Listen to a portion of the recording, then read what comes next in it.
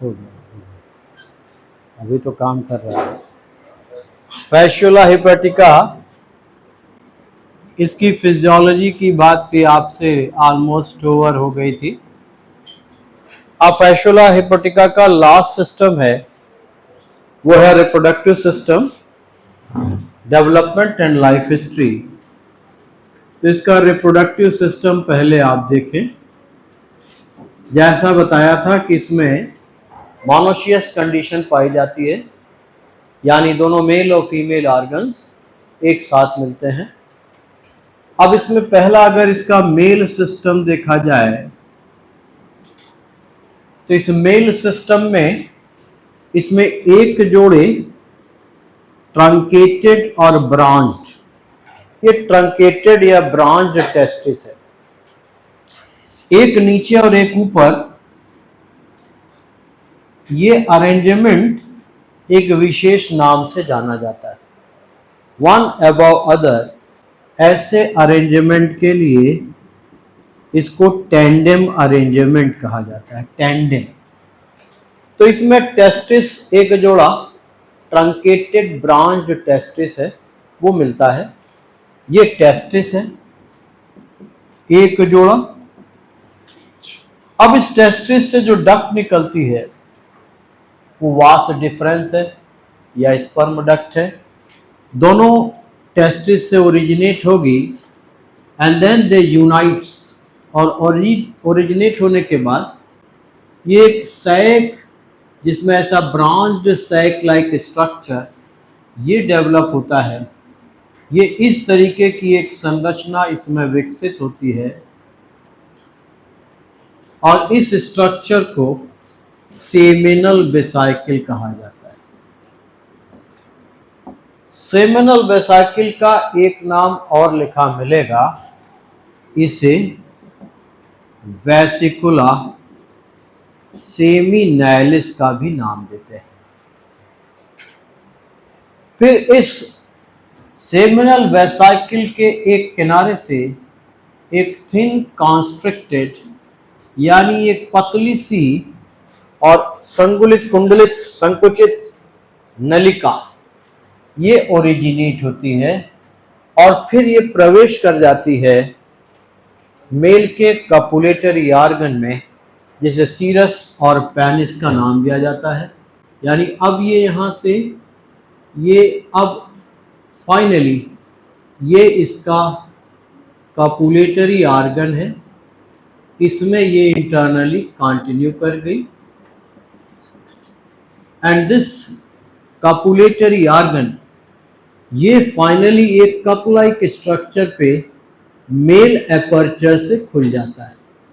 Because ये जो opening होगी ये ओपनिंग कहलाती है मेल जेनाइटल पोर, और ये जो इसकी कुंडलित नलिकाएं हैं, कॉन्स्ट्रिक्टेड ट्यूब्स हैं, इसे नाम दिया जाता है इजाकुलेटरी डक्ट। और ये जो स्ट्रक्चर बनाया, दिस इज द सीरस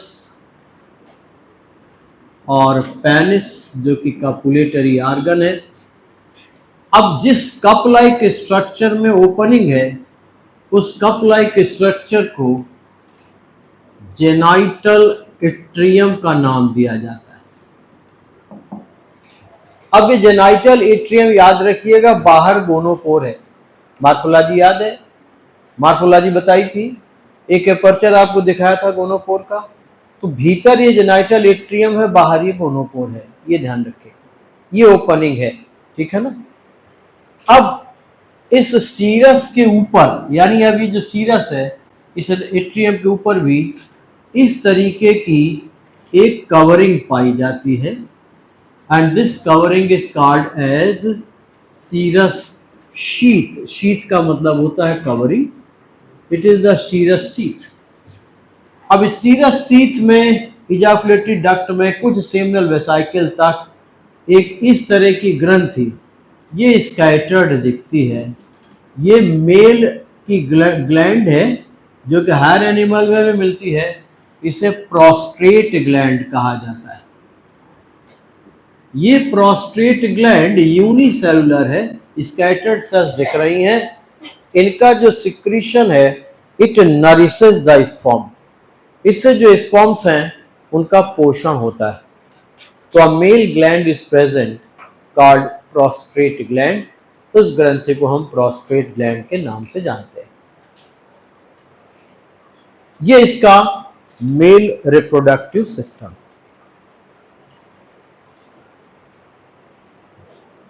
अब इसी में फीमेल रिप्रोडक्टिव सिस्टम भी एक साथ मिलेगा।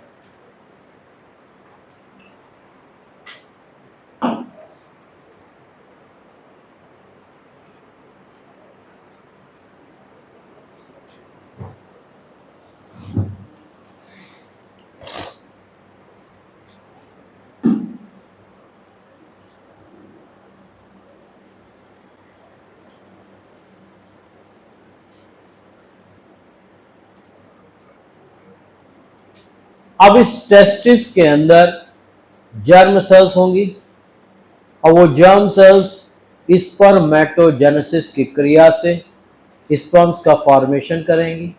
वो स्पर्म सेमिनल वेसिकल में कलेक्ट होगा, इजाकुलेटरी डक्ट थ्रू सीरस इसको फीमेल जेनाइटल ट्रैक्ट में कपुलेशन की क्रिया में ट्रांसपोर्ट करेगा। तो ये इसका मेल सिस्टम और उसकी ग्लैंड है। अब इसका फीमेल सिस्टम भी देख लीजिए, तब आगे की बात समझें। अब इसी में फीमेल सिस्टम भी है। अब जो फीमेल सिस्टम है उसमें सिंगल ओवरी पाई जाती है। जैसे यहां टेस्टिस तो पेयर है मगर ओवरी सिंगल है, और ये मान लिया ये भी ट्रंकेटेड होगी, तो this is the ovary which is single. अब इस ओवरी से डक्ट निकलेगी और इस डक्ट में कुछ विशेषता है। ये डक्ट जो है दिस इज द ओवी डक्ट। अब ये ओवी डक्ट पहले तो कॉन्स्ट्रिक्शन शो करती, यानी कुछ घूमी हुई होती है, और जब ये घूमी हुई होगी तो इस तरीके से इसमें ये घूमना दिखाई देगा। लेकिन इसी ओवी डक्ट से जब इसका ब्रीडिंग सीजन होता है, नॉर्मल टाइम में इसमें कोई और स्ट्रक्चर जुड़ेगा नहीं, लेकिन जब इसका प्रजनन काल होता है तब इसी ओवी डक्ट से ये एक और डक्ट डेवलप हो जाती है और इसकी एक ओपनिंग भी आउटर सरफेस पर खुल जाती है। सामान्य ओपनिंग दोनों पोर परमानेंट है, और ये टेम्पररी ओपनिंग डेवलप हो गई। कब डेवलप हुई? ब्रीडिंग सीजन में। और ये जो डक्ट है, इस डक्ट का एक नया नाम है, इसे लाउरस कैनाल कहा जाता है, क्योंकि कपुलेशन में यही स्पर्म ट्रांसफर होता है, इसलिए इसको टेम्पररी वेजाइना भी कहा जाता है। It is also called temporary vagina. Then अब ये डक्ट से एक और स्ट्रक्चर आगे जुड़ा हुआ होगा और फिर एक कॉमन चेंबर मिलेगा। अब जो कॉमन चेंबर है, ये कॉमन चेंबर कहलाता है यॉक रिजर्वायर। इस यॉक रिजर्वायर से एक जोड़ा इसमें विटेलाइन ग्लैंड है। उस विटेलाइन ग्लैंड की ये डक्ट है जिसे कहते हैं क्या? Vitelline duct. इसका सिक्रीशन यहां इकट्ठा होगा और फिर यहीं इसके बगल से ही, यानी इसी ओवी डक्ट के साथ, इस चैम्बर के साथ ही एक डक्ट यहां से और अलग हो जाएगी। एंड दिस इज, ये शुरुआत में पतली है, बाद में ब्रॉड हो जाती है, and then it is constricted. और उसके बाद यही कॉन्स्ट्रिक्टेड डक्ट, ये कॉन्स्ट्रिक्टेड डक्ट अल्टीमेटली उसी जेनाइटल एट्रियम से जुड़ जाती है। यानी ये जो डक्ट अब निकल रही है, ये डक्ट इसकी कहलाती है यूटेरस। और इसमें जो एग्स भरते हैं दरअसल वो फर्टिलाइज्ड एग्स होते हैं। यानी इसमें जो एग होगा, ये जो दिख रहा है ये यूटेरस है, और इसमें जो भरे हुए स्ट्रक्चर दिख रहे हैं ये वास्तव में क्या हैं? These are fertilised eggs. ये भी जेनाइटल एट्रियम पे खुला। वो जेनाइटल एट्रियम पे किससे खुला? Female male system, male aperture से। यूटेरस किससे खुलेगा? ये यूटेरस जेनाइटल एट्रियम पर ये खुलता है फीमेल जेनाइटल पोर से। तो genital atrium is what? Genital atrium को अगर हम देखेंगे तो इसमें दो एपर्चर्स होंगे, मेल एपर्चर और फीमेल एपर्चर। तो genital atrium is a common chamber. Genital atrium एक कॉमन चैम्बर है जिसमें मेल और फीमेल एपर्चर्स खुलते हैं, यानी मेल और फीमेल सिस्टम ओपन होते हैं।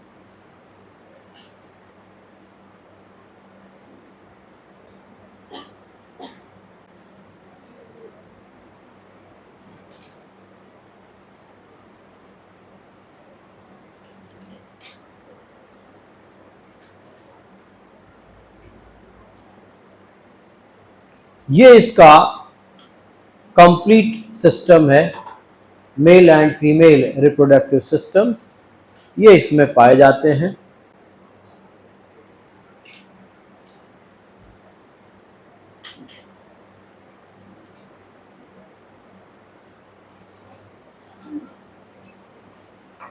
अब आप इसकी अगली जो प्रोसेस है उसको देखें।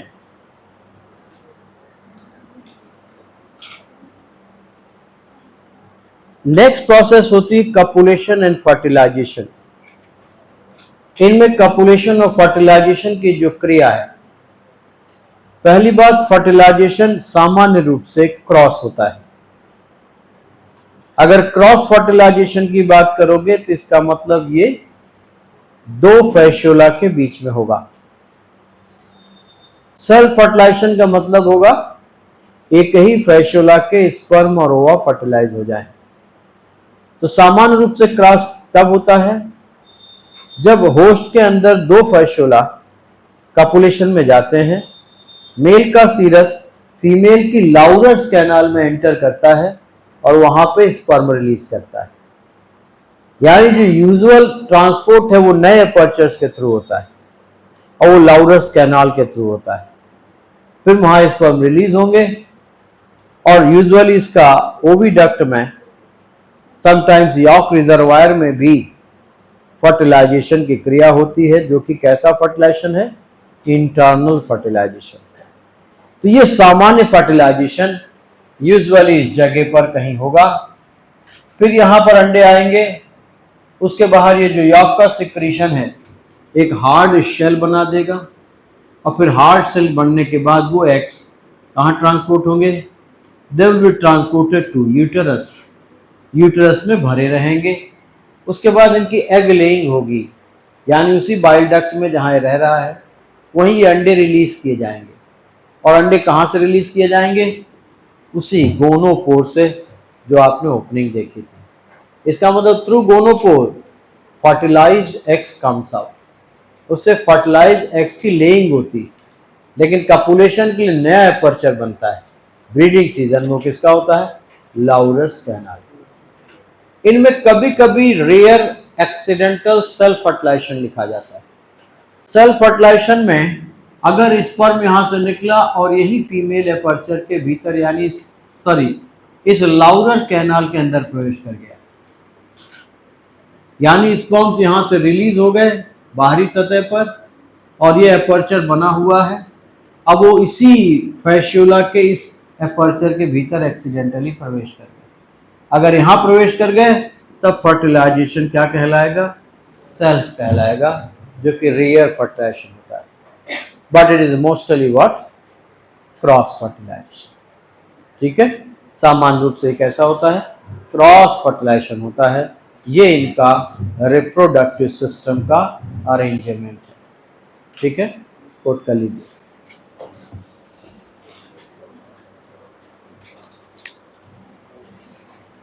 लिख लें male reproductive system.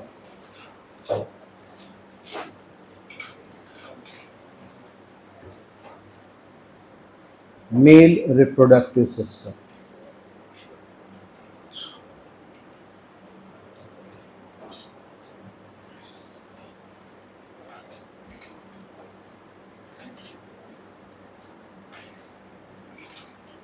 Number 1, testis.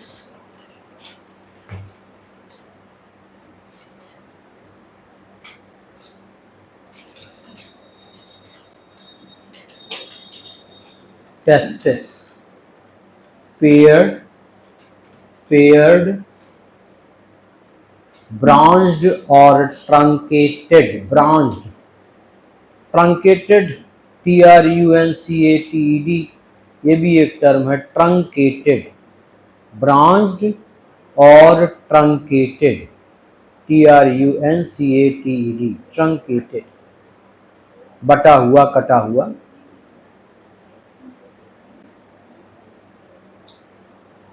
shows tandem arrangement, shows tandem, bracket में one above other, shows tandem arrangement,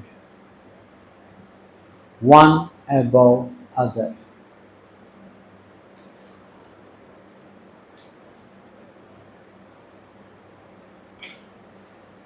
Lining cells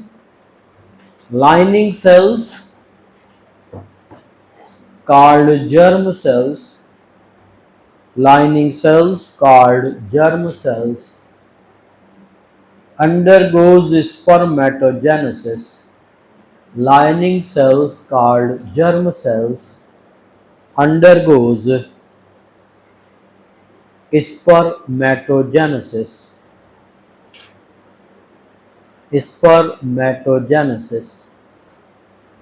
producing sperms,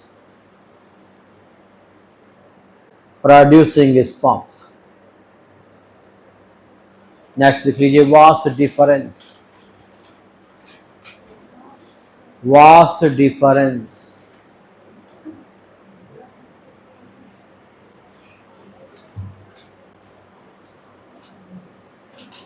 thin duct, vast difference,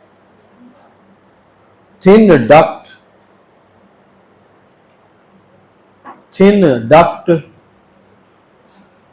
which comes out from,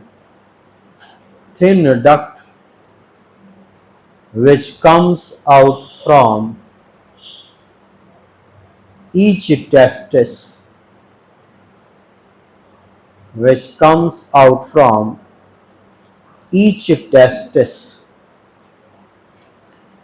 फिर स्टॉप कर लें। It transfers sperms, next लिख लीजिए seminal vesicle,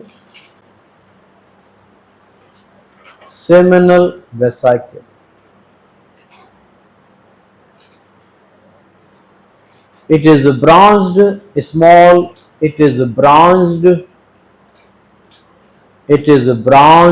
small sac like structure,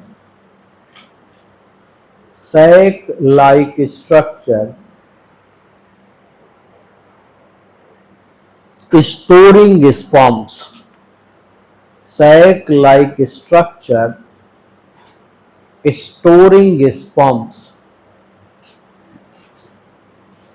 next लिख लीजिए ejaculatory duct,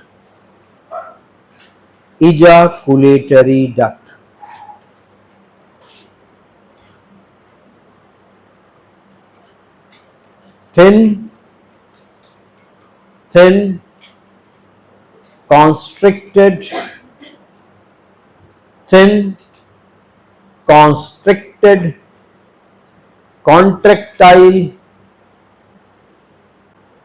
contractile duct which finally enters in, which finally enters in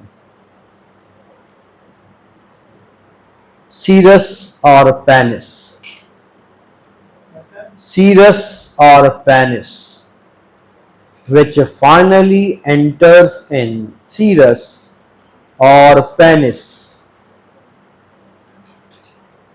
next लिख लीजिए,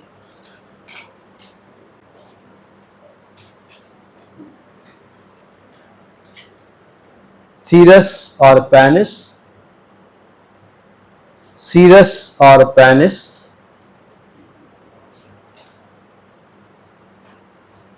it is highly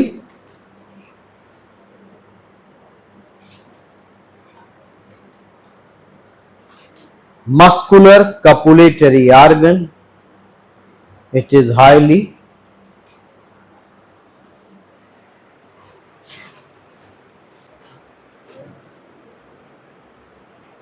गया खेल खत्म।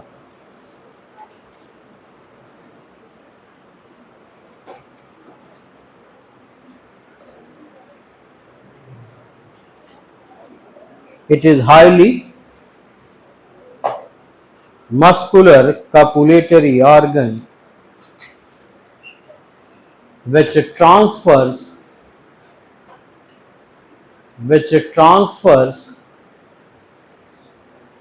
sperms,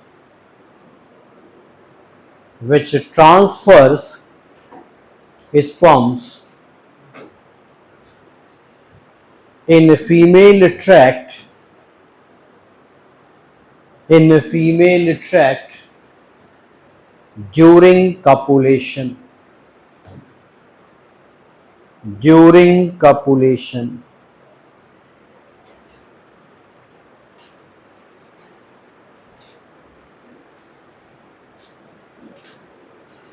It opens on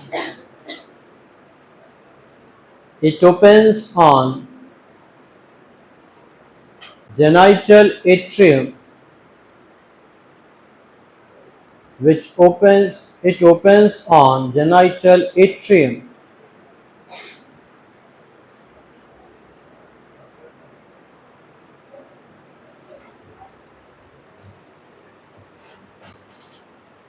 next लिख लीजिए, prostate gland, prostate gland,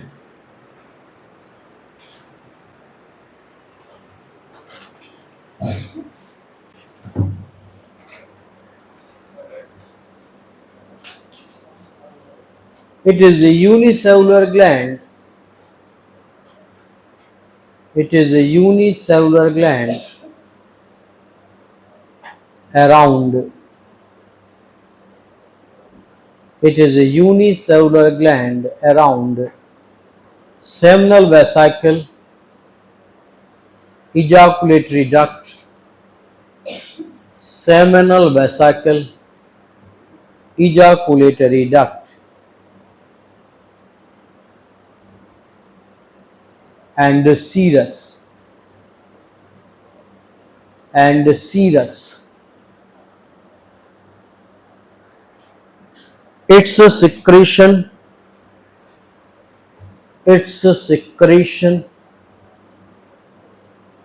provides nourishment, its secretion provides nourishment to sperms, provides nourishment to sperms. अब लिख लीजिए, female reproductive system, female reproductive system.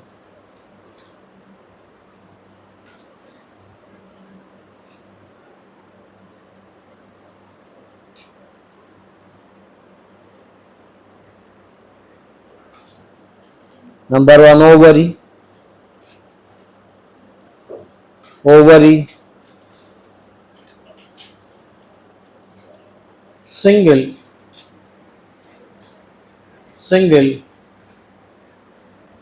branched or truncated, single branched or truncated.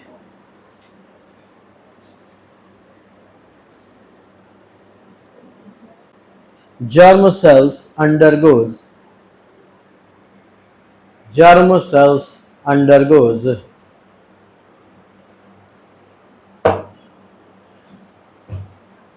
Oogenesis. हटा दीजिए. Oogenesis.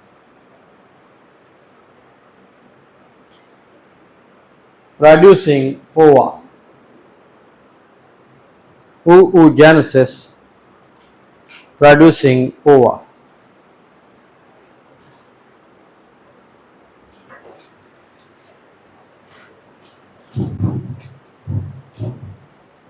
Next लिख लीजिए oviduct.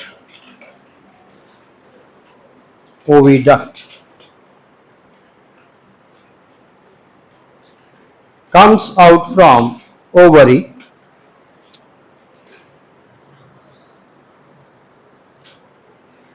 Comes out from ovary.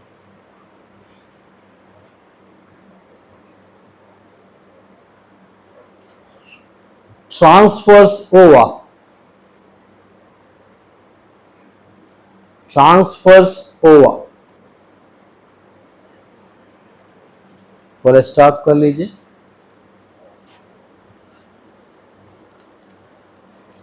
It shows the coiling. It shows the coiling and during the breeding season. It shows the coiling and during the breeding season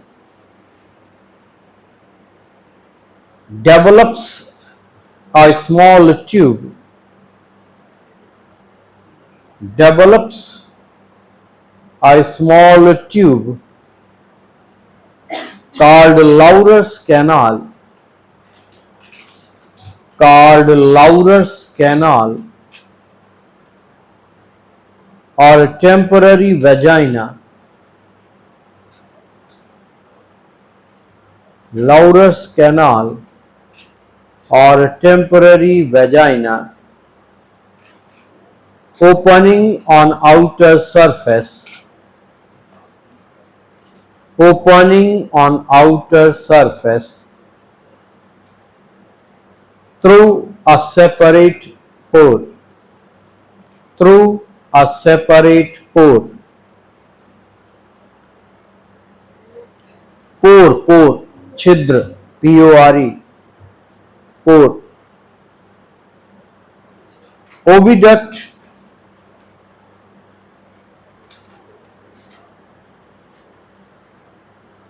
opens in a common chamber. Opens in a common chamber called yolk reservoir. Called yolk reservoir.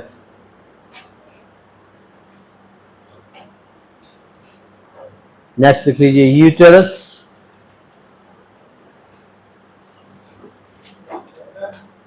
Uterus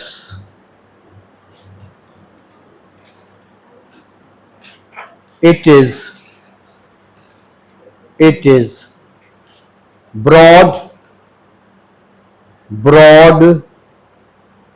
highly muscular,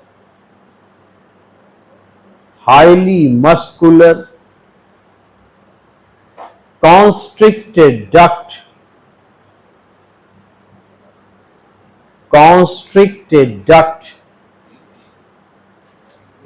coming out from oviduct. Coming out from oviduct.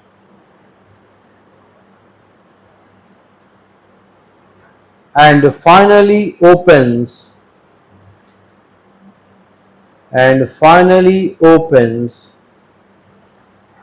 On a genital atrium. And finally opens on a genital atrium through female genital pore. through female genital pore.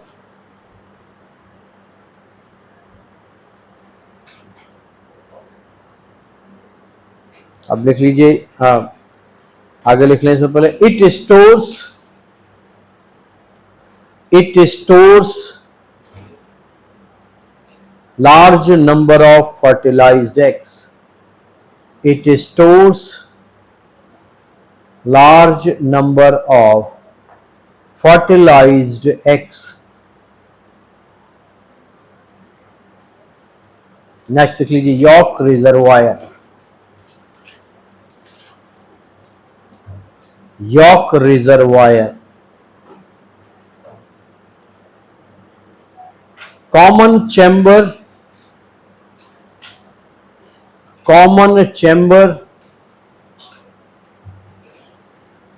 with opening of vitelline gland, with opening of vitelline gland,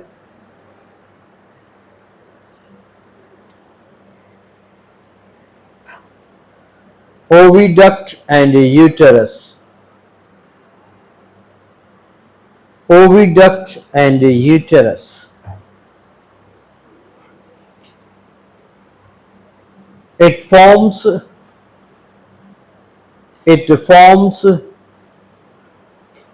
shell around. It forms shell around fertilized eggs. It forms shell shell around fertilized eggs.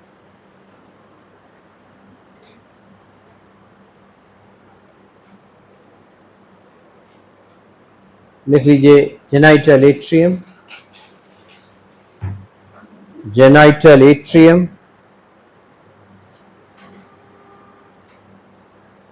common chamber,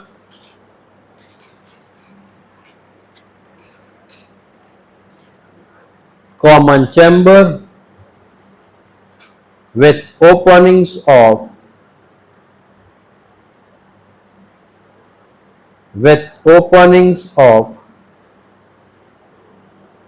male and female aperture.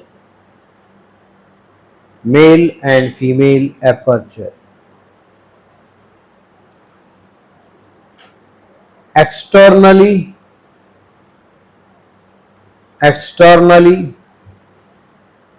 it is continuous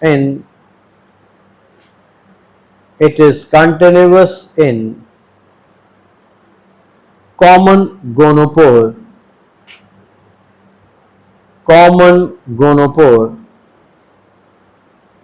present between oral sucker,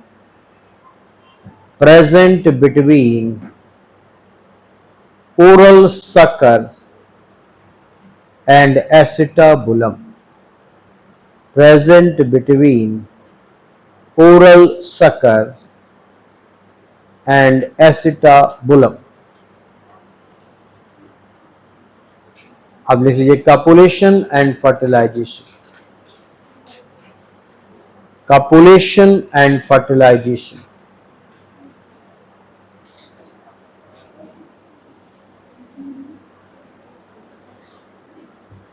Usually cross fertilization takes place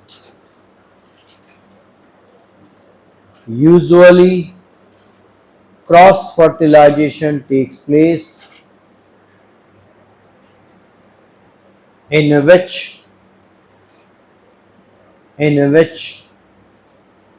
series of one fasciola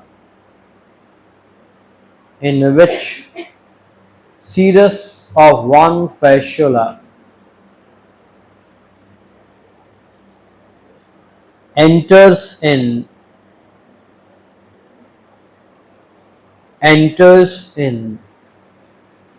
Laurer's canal of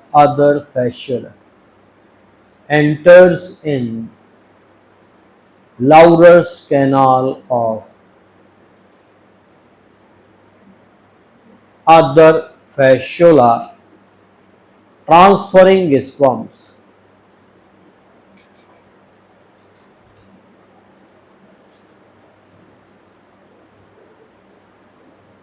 transferring sperms.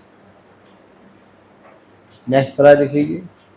Rarely fertilisation may be self, rarely fertilization may be self,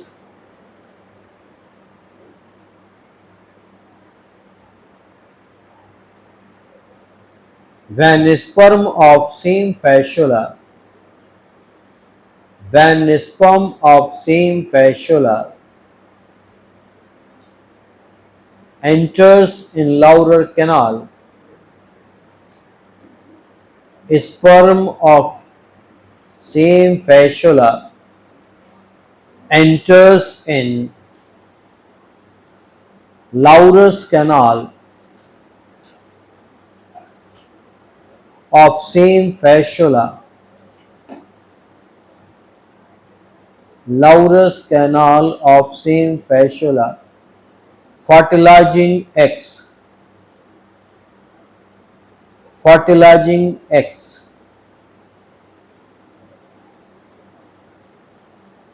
next लिख लीजिए। Next para में fertilized eggs are finally stored, fertilized eggs are finally stored, fertilized eggs are finally stored in uterus, in uterus। They are released through, they are released through common gonopore, they are released through common gonopore in bile duct of sheep, in bile duct of sheep।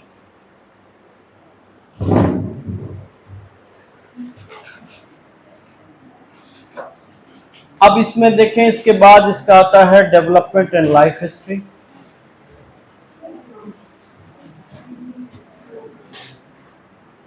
अब जो eggs हैं वो ले किए जाएंगे। अब ये eggs faces के साथ बाहर आएंगे। तो यहां पर अगला एस्पेक्ट आता है डेवलपमेंट एंड लाइफ हिस्ट्री। यहां ध्यान रखिएगा, इसकी लाइफ हिस्ट्री कैसी है। ये डाई जेनेटिक है, जिसका प्राइमरी होस्ट आप जान चुके हैं, वो बाइल डक्ट ऑफ शीप है। इसका सेकेंडरी वेक्टर और इंटरमीडिएट होस्ट, उसको सेकेंडरी होस्ट कहते हैं, उसको इंटरमीडिएट होस्ट कहते हैं, उसको वेक्टर होस्ट भी कहते हैं, एंड दैट इज स्नेल। अलग अलग वैरायटीज़ हैं, एक नाम प्लेनॉर्बिस का है और भी कई स्नेल की वैरायटीज़ हैं जिनमें इसकी लाइफ हिस्ट्री रन करती है।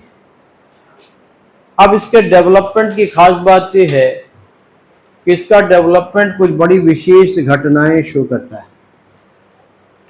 उस घटना में एक विशेष बात यह है कि इसमें लार्वा विद इन लार्वा, इसमें जब पहला लार्वा बनेगा तो उसके अंदर ऐसी सेल्स होंगी जो अगले लार्वा को बनाएंगे। इसलिए यहाँ पर एक घटनाक्रम लिखा जाता है जो आप पहले देख चुके हैं, उसे मेटाजेनेसिस कहते हैं। लार्वा के आगे के विकास के लिए एक प्रोसेस लिखी जाती है, इसे पार्थेनोजेनेसिस कहा जाता है। तो इसके डेवलपमेंट में पार्थेनोजेनेसिस भी दिखेगी, और इन्हीं से मिलकर के जब इसमें दो घटनाएं होंगी तो एक शब्द यहाँ और आप पढ़ेंगे जिसका नाम है हेटेरोगोनी। यानी इसका जो डेवलपमेंट है वो चार स्पेसिफिक फिनोमेना शो करता है: larva within larva, metagenesis, parthenogenesis and heterogony. साथ में एक और टर्म है, उसके विषय में भी आपको जानना होगा, and that is delayed polyembryony। ये घटनाक्रम है जो इसके डेवलपमेंट में हमको स्पेशली दिखेगा, जो नॉर्मल से इसके डेवलपमेंट को अलग करता है। यानी सामान्य भ्रूणीय विकास से हट करके इसमें ये 5 विशेष घटनाएं हैं। लार्वा विदिन लार्वा, मेटाजेनेसिस आप पढ़ चुके हैं ओविलिया में, यहाँ पर भी मेटाजेनेसिस होगी। पार्थेनोजेनेसिस से special type of sexual reproduction है, वो ऑब्जर्व किया जाएगा। और इन्हीं के कॉम्बिनेशन से 2 शब्द उपजेंगे, पैदा होंगे।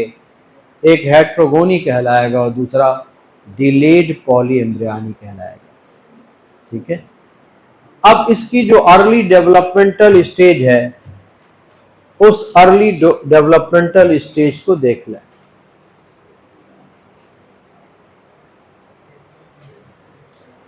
यहां डेवलपमेंट की अवस्थाएं लिखी जाती हैं, फर्टिलाइज्ड एग में सब फॉलो की जाती है। इसका मतलब इसमें जो फर्टिलाइज्ड एग है वो इस तरह का है जिसमें ये एग शेल ये बनी हुई है, क्योंकि यॉर्क ने इसे बनाया। इसके अंदर ही ये इसका जाइगोट है फर्टिलाइज्ड एग का, और कुछ विटेलाइन सेल हैं जो इसमें इकट्ठा हैं, जो इसके अंदर रिजर्व फूड के रूप में दिखती हैं। यहाँ एक लिड और एक कट जैसा स्ट्रक्चर दिखता है कि जब इसमें डेवलपमेंट पूरा हो जाएगा तो इसका जो लार्वा होगा दैट विल कम आउट। तो याद रखिएगा कि इसमें डेवलपमेंट की शुरुआत, क्योंकि बहुत से ऐसे पैरासाइट्स हैं जिनके लार्वल फॉर्म्स आउटसाइड बॉडी बनते हैं, उनका डेवलपमेंट भी पोषद के शरीर के बाहर होता है। लेकिन फैसियोला के डेवलपमेंट में कोट किया जाता है कि development begins inside body but completes outside body. यानी जब अंडे बाहर आ जाएंगे तब भ्रूणीय विकास पूरा होगा, मगर इसकी शुरुआत कहाँ हो जाएगी? When the eggs are inside body।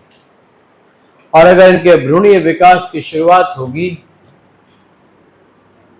तो पहली प्रक्रिया इनकी क्लीवेज की होगी। इस क्लीवेज से जाइगोट की पहले 2 सेल्स बन जाएंगे। इस पहले क्लीवेज से जो 2 सेल बनेगी, एक सेल सोमैटिक सेल में डिफरेंशिएट हो जाएगी और दूसरी सेल एम्ब्रियोनिक सेल में डिफरेंशिएट हो जाएगी।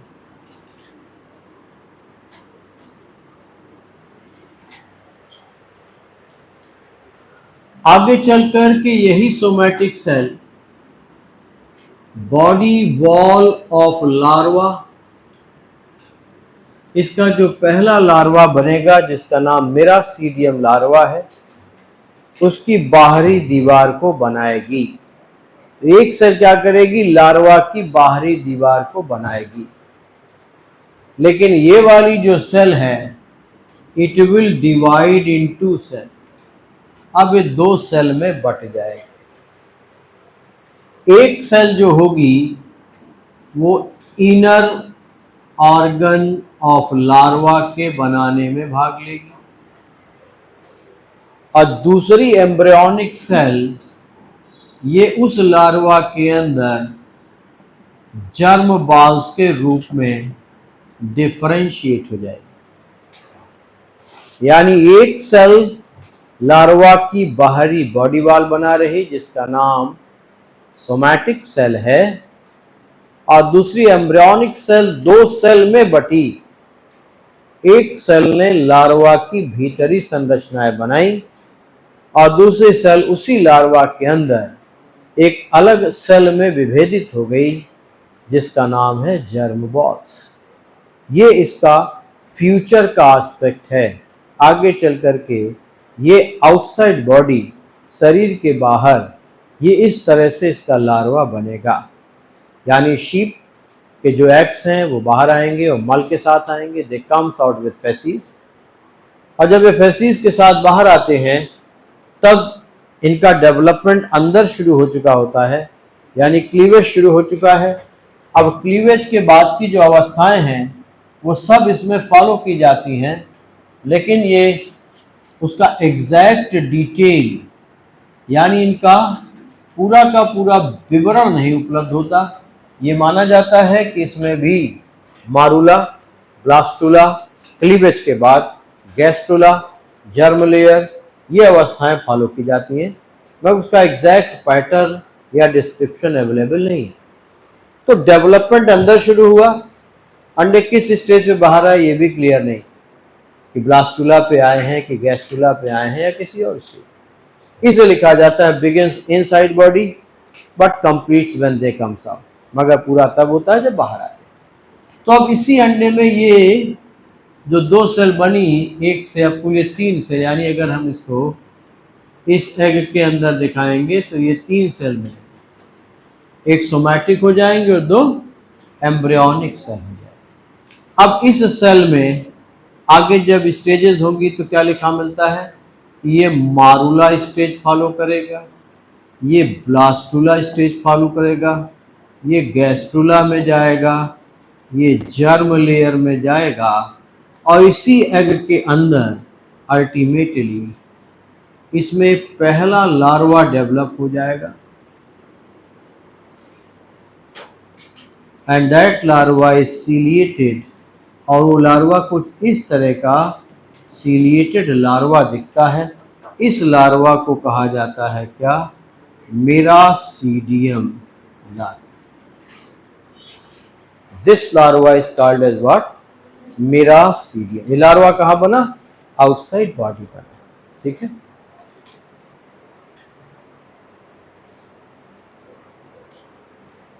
और फिर ये लार्वा अगर भेड़ ने अपना फेसीज, अपना मल किसी रिजर्वायर जहाँ पानी है, नदी है या तालाब है, पोखर है, उस जगह पर रिलीज किया है, तो इसके जो मेरासीडियम लार्वा हैं ये धीरे धीरे पानी में प्रवेश करेंगे।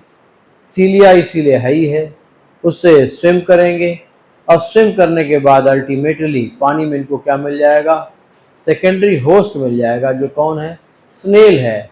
उस स्नेल की मसल्स को तोड़ फोड़ गला करके ये उसकी एलिमेंट्री कैनाल में चले जाएंगे और डेवलपमेंट को आगे बढ़ाएंगे।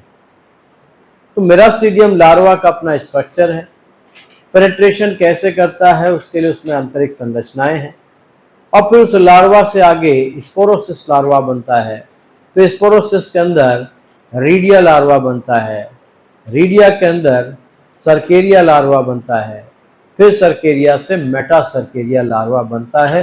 एक लार्वा के भीतर दूसरा लार्वा है, यानी इस मेरासीडियम के अंदर ये जर्म बाल भी बची रहेंगी और वही जर्म बाल अगला लार्वा बना देंगे। तो अगले लार्वल फॉर्म्स की बात अगली क्लास में होगी। यहाँ तक का इतना पार्ट आप लिख लीजिए।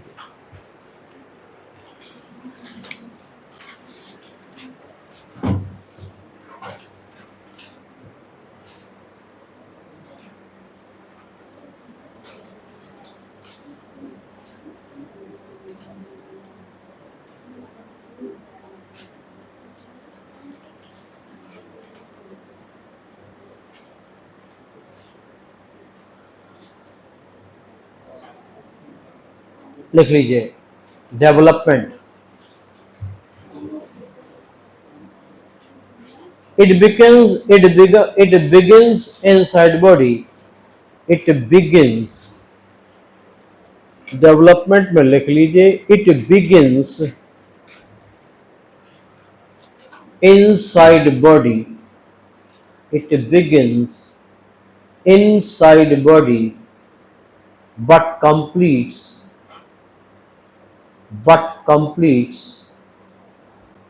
when X comes out, when X comes out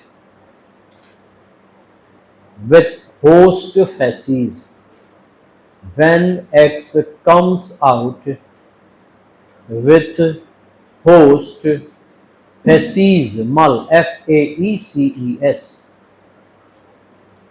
host facies.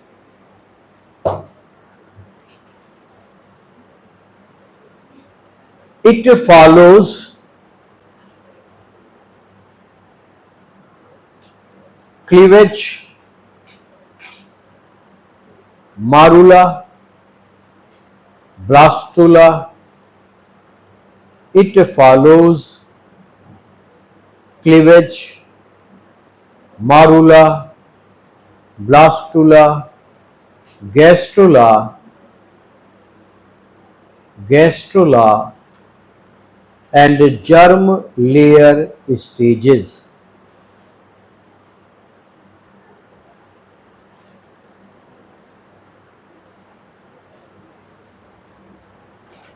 Earlier cleavage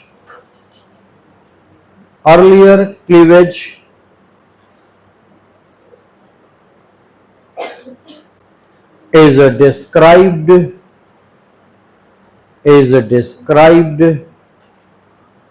while other processes are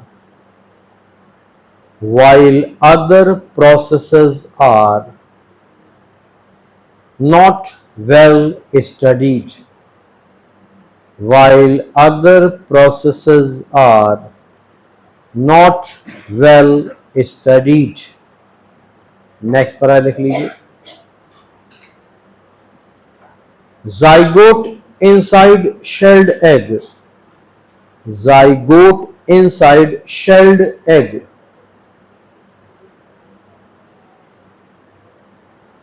Firstly divides into cells.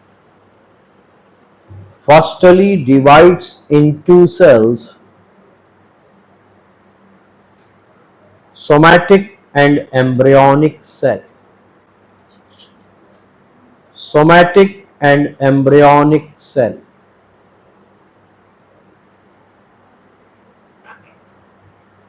In later development,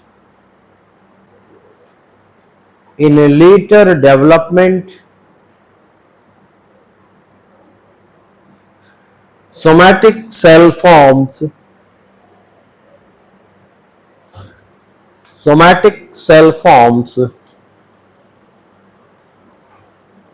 body wall of Miracidium larva.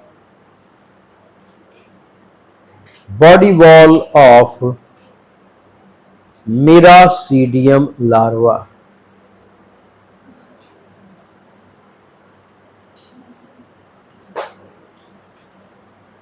And other cell further divides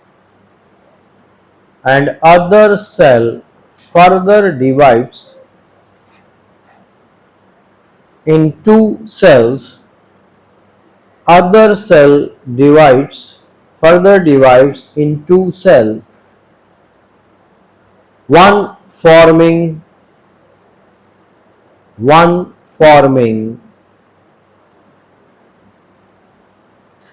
internal organs of larva. One forms internal organs of larva,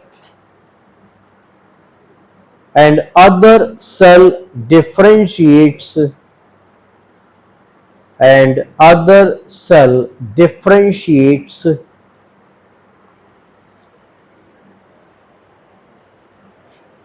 as germ balls inside the larva. Germ balls inside the larva, which later on develops next larval stage. Next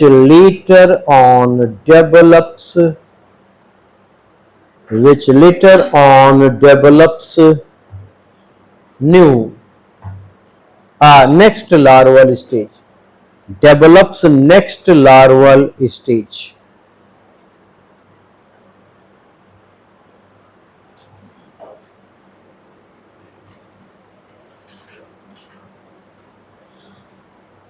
बाकी बाद में लिखा देंगे, ठीक है. अब इसमें larval structure बताना है, उसके बाद इसके 4 लार्वल फॉर्म्स हैं, बस उतना बचा है, वो बताएंगे, एक क्लास लेगा वो, और उसके बाद फिर अगला टीनिया सोलियम आएगा. चलो इसको बंद करो।